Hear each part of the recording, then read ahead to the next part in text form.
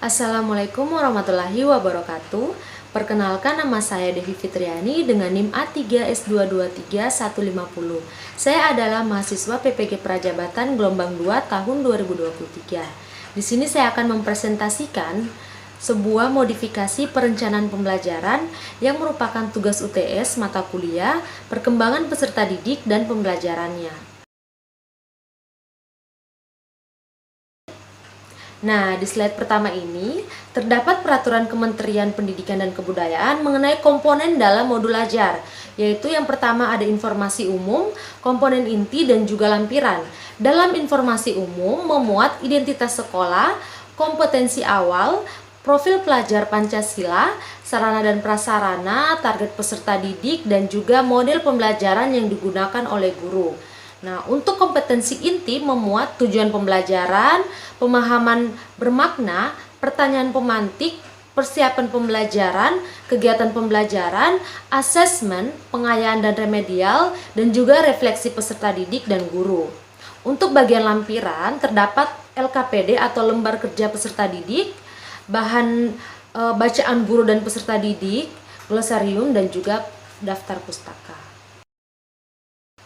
Regulasi dalam menganalisis modul ajar. Terdapat Peraturan Menteri Pendidikan, Kebudayaan, Riset, dan Teknologi Republik Indonesia Nomor 16 Tahun 2022 dan Nomor 21 Tahun 2022 tentang standar proses pada pendidikan anak usia dini, jenjang pendidikan dasar, dan juga jenjang pendidikan menengah. Nah, pada pasal 4, dokumen perencanaan pembelajaran sebagaimana dimaksud dalam pasal 3 ayat 3 paling sedikit memuat tujuan pembelajaran, langkah atau kegiatan pembelajaran, dan juga asesmen. Dan pada pasal 9, penilaian hasil belajar peserta didik dengan prosedur sebagaimana dimaksud dalam pasal 3 sampai dengan pasal 8 berbentuk penilaian formatif dan juga penilaian sumatif. Jadi dalam regulasi, komponen modul ajar yang telah dibuat oleh Guru Pamong SMP 9 Kendari telah memenuhi komponen minimal atau paling sedikit yang harus termuat dalam modul ajar. Nah, di sini kelompok kami menelaah pada bab 1 materi bilangan bulat bagian penjumlahan pengurangan.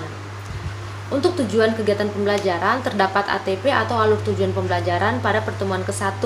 Yang pertama, melalui situasi nyata kita dapat memahami arti dari penjumlahan bilangan positif dan negatif. Yang kedua, metode perhitungan penjumlahan dapat ditentukan dengan menggunakan garis bilangan. Yang ketiga, Anda dapat memahami aturan perhitungan penjumlahan dengan memperhatikan tanda dan nilai mutlak dari dua bilangan.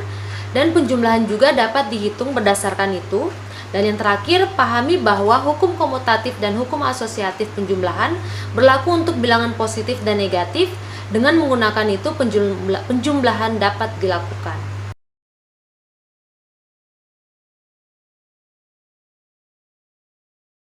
Nah, di sini terdapat modifikasi dari kalimat tujuan pembelajaran. Yang pertama, setelah mengikuti pembelajaran ini, siswa akan dapat menjelaskan arti penjumlahan bilangan positif dan negatif melalui situasi nyata. Yang kedua, siswa akan mampu menggunakan garis bilangan sebagai metode untuk melakukan penjumlahan bilangan positif dan negatif dengan tepat. Yang ketiga, setelah memahami tanda dan nilai mutlak dari dua bilangan serta prinsip-prinsip penjumlahan berdasarkan aturan ini, siswa akan dapat menghitung penjumlahan bilangan positif dan negatif dengan benar.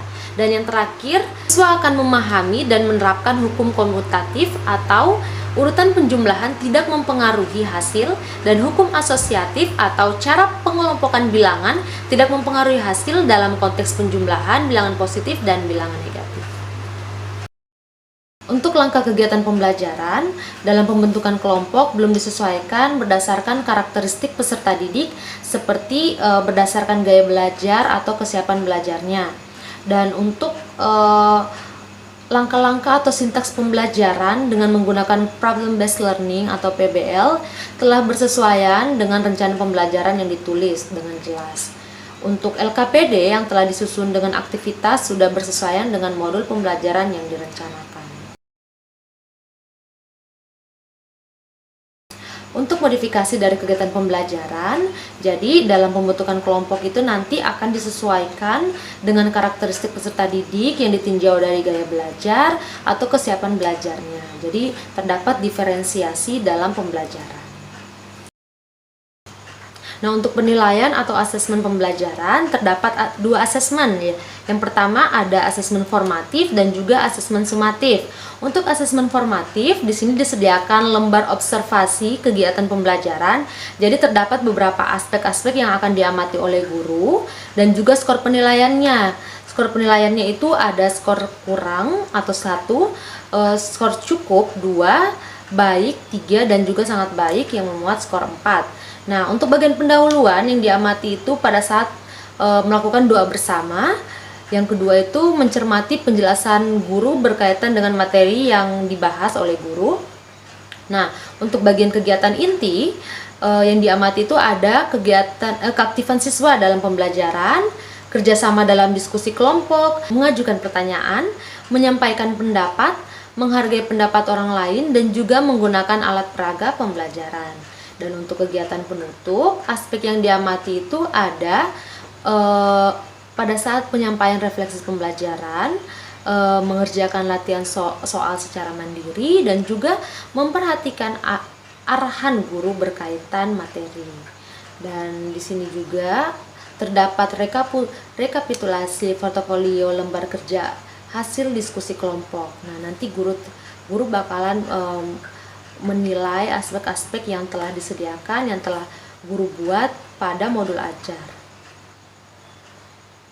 Jadi, instrumen atau asesmen formatif lembar observasi kegiatan pembelajaran dan lembar observasi keterampilan atau portofolio yang disusun oleh guru pamong sudah sesuai dan ditulis dengan jelas, akan tetapi ada kekurangan asesmen formatifnya, yaitu berupa lembar observasi penilaian teman sejawat.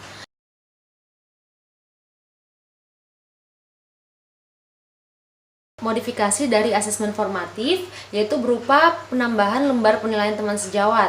Jadi nanti ada 4 aspek yang bakalan dinilai. Aspek pertama yaitu sopan santun, yang kedua yaitu tanggung jawab, aspek ketiga yaitu gotong royong, dan aspek yang terakhir percaya diri.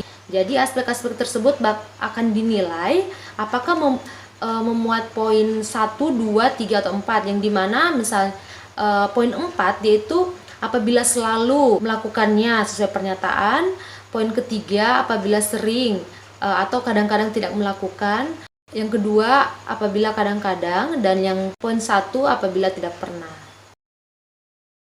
Di sini terlihat asesmen sumatif berupa tes tertulis yang sudah disusun oleh guru pamong pada modul ajar, akan tetapi setelah kami telaah belum ada pedoman penskoran yang terdapat dalam modul ajar yang guru pamong tersebut buat.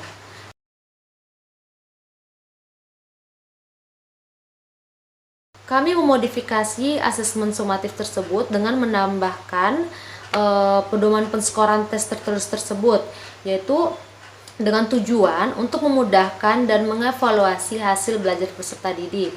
Jadi pada pedoman penskoran yang telah kami buat di sini ada memuat 4 skor. Jadi untuk dapat skor 3 itu jika siswa dapat menyelesaikan soal dengan benar dan lengkap. Mendapatkan skor 2 itu jika siswa dapat menyelesaikan soal dengan benar tetapi tidak lengkap.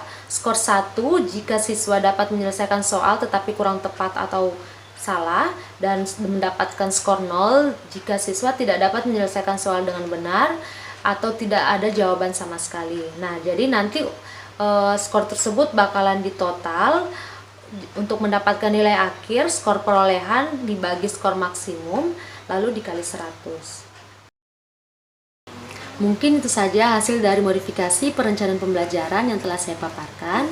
Mohon maaf jika ada salah kata. Saya akhiri dengan ucapan wabillahi taufiq wal hidayah. Wassalamualaikum warahmatullahi wabarakatuh. Sekian dan terima kasih.